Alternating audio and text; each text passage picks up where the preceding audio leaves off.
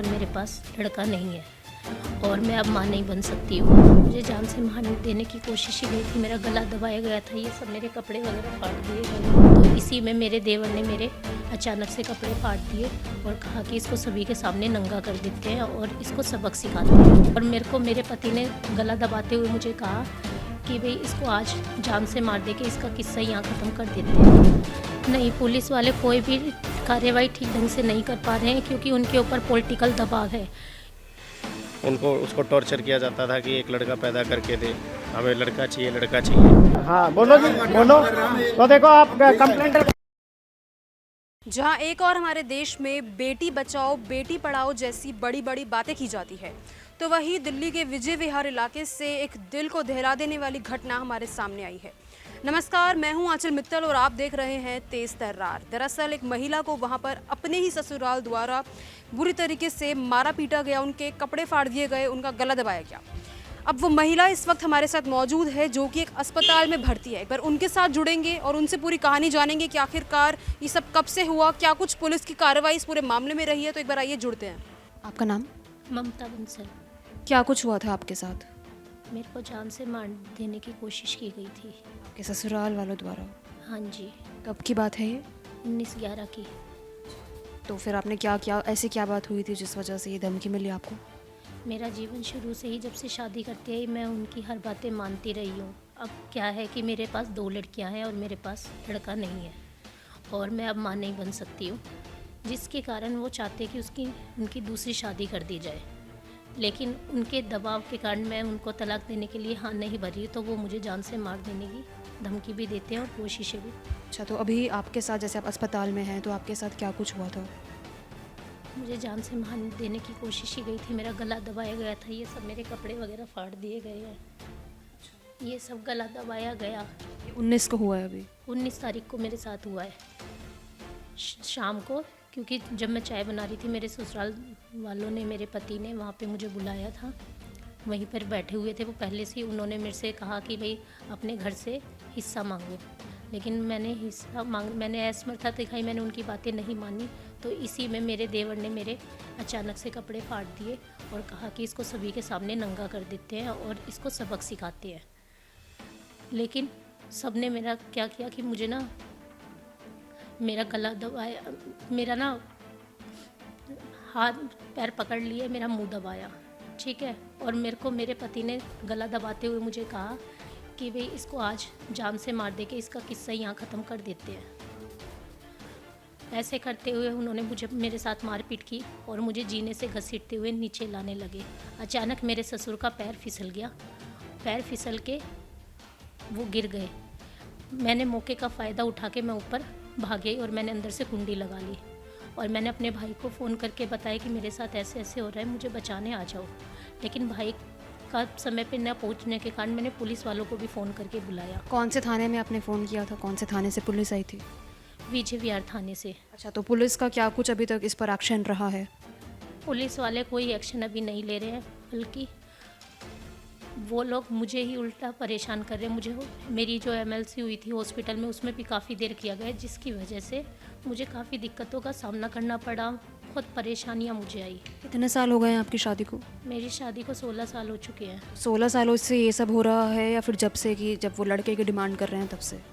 वो तो शुरू से रहा है, लेकिन पहले वो उनकी यातना ये रही कि भाई अपने घर से ज़्यादा ला, कभी कहते हैं मारपीट करते किसी बात पे, किसी भी बात को बहाना लेके मारपीट करते रहते। कई बार ऐसे कर लिया, लेकिन हर बार मैं बस अपना वैवाहिक जीवन बचाने के लिए सब कुछ सहती रही और उनकी हर जो भी वो मांग करते थे उनको धीरे धीरे करके पूरी करती रही, पिटती रही। लेकिन आधी से ज़्यादा बार मैंने अपने घर पे भी नहीं बताया कि मैं बहुत पिटती हूँ।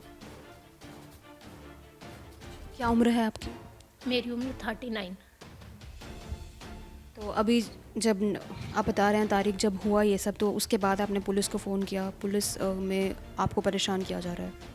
पुलिस वाले मेरी बात नहीं सुन रहे हैं, क्योंकि मैं थाने जब गई, मेरी MLC करने के बाद थाने गई, तो वहाँ पे उन्हीं के काफ़ी सारे लोग मुझ पे झूठे इल्ज़ाम और लगाने लग गए। वो कह रहे हैं मेरी कोई रिपोर्ट नहीं लिख रहा, लिखते हुए मेरे को वहाँ पे सब लोग परेशान कर रहे हैं, कहते हैं कि तुम्हारा घर बिगड़ जाएगा, ये हो जाएगा, ये सब मुझे करके कोई चिल्ला रहा है, ये कर रहा है। वो देख देख के मैंने काफ़ी समय से मेरे साथ ये हादसा हुआ, मेरे को मेरे को बहुत ज़्यादा परेशानी होने लगी। परेशानी होने के बाद मुझे बाथरूम का भी प्रेशर होता, मैं जाने लगी तो मुझे चक्कर आने लगे। मैंने भाई को बताया, मेरी हालत ज़्यादा ख़राब हो गई और कोई मेरी सुन नहीं रहा है और मुझे सांस लेने में दिक्कत हो रही है।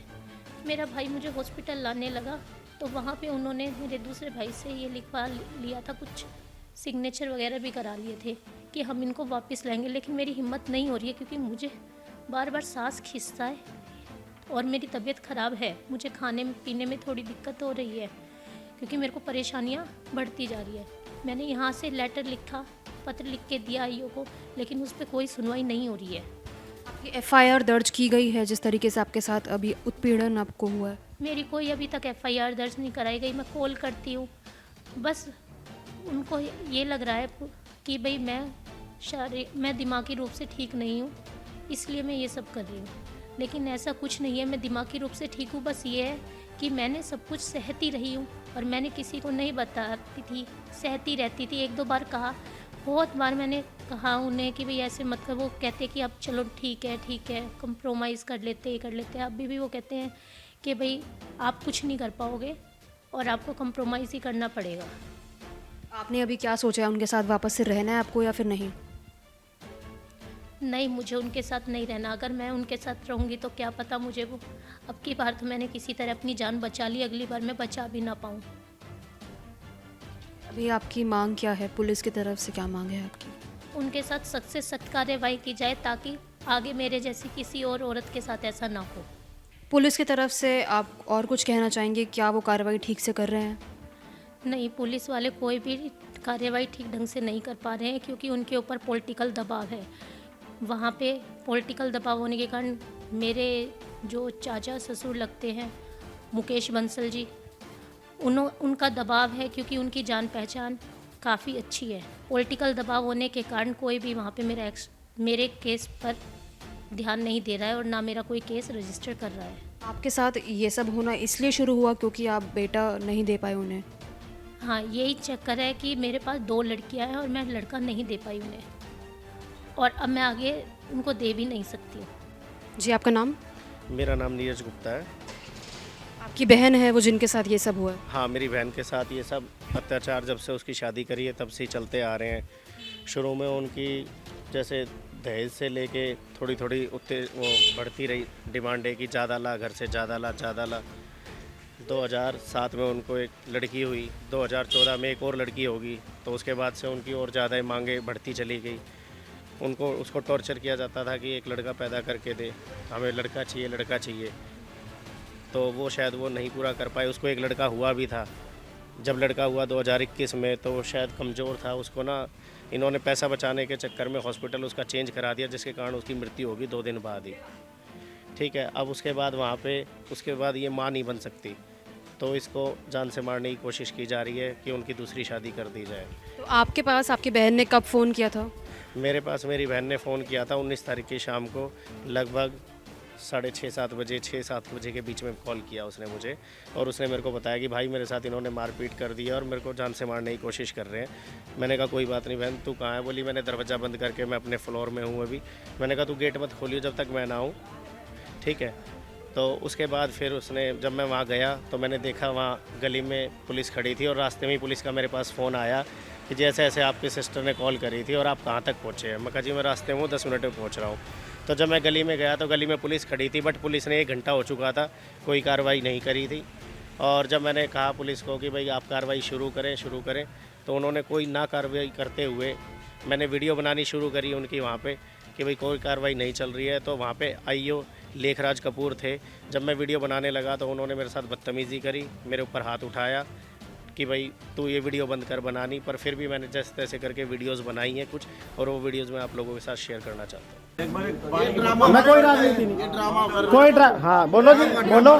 तो देखो आप कंप्लेंट, ये देखो जी पुलिस आइयो मारेगा, ये पुलिस जबरदस्ती कर रही है हमारे साथ। उस लड़के को हम लेकर जा रहे हैं।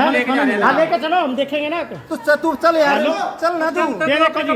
ये देखो जी ऐसा ही बेगराज है जी, ये देखो जी इनकी दादागिरी। बदतमीजी नहीं करे, ऐसा ही बेगराज। देखो जी क्या बोल रहा है, ये देखो जी कंप्लेंटेड को मारा है। हाँ कंप्लेंटेड को मार रहे हैं जी, ये देखो मैंने कॉल करी है, ये मुझे मार रहे हैं। सुन अभी सही इसी के होगा कुछ नहीं होगा, कुछ नहीं होगा, कुछ नहीं होगा। जब उन्होंने 2 लाइन लिख दी सब कुछ रख रह जाएगी। चलो देखेंगे। आप मुझे ये बताइए कि जिस तरीके से आपने बताया कि आपकी बहन के साथ इतनी बुरी तरीके से मारपीट हो रही थी, तो क्या आपकी बहन ने ये पहली बार आपको बताया है कि इतनी बुरी तरह से हदें पार की गई हैं, या फिर पहले भी उसने कई बार जो है अंदेशा दिया था आप लोगों को? मेरी बहन ने पहले भी कई बार बताया था, बट इतना नहीं बताया था कि जान से मारने की कोशिश की जा रही है।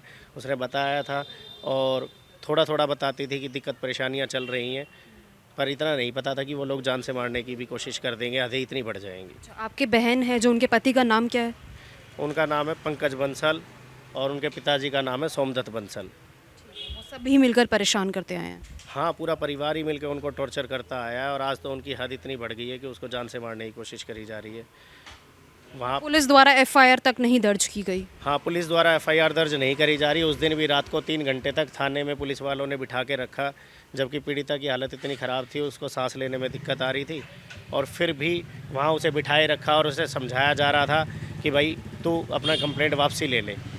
बट वो ना कंप्लेंट लिखी गई तो अचानक पीड़िता की तबीयत और ज़्यादा ख़राब होगी मेरी सिस्टर की, तो हम उसे हॉस्पिटल ले आए हैं और लाके अब उसका इलाज कराने लग रहे हैं। जैसे इलाज हो जाएगा तो फिर अपने बयान कराएंगे। बाकी मेरी सिस्टर ने अपने हाथ से बाय हैंड अपनी शिकायत लिख के दी थी। मैं ही गया था आईओ को देने के लिए, आईओ ने लेने से इनकार कर दिया, तो मैं उनको वहाँ पे डायरी कराया आया हूँ।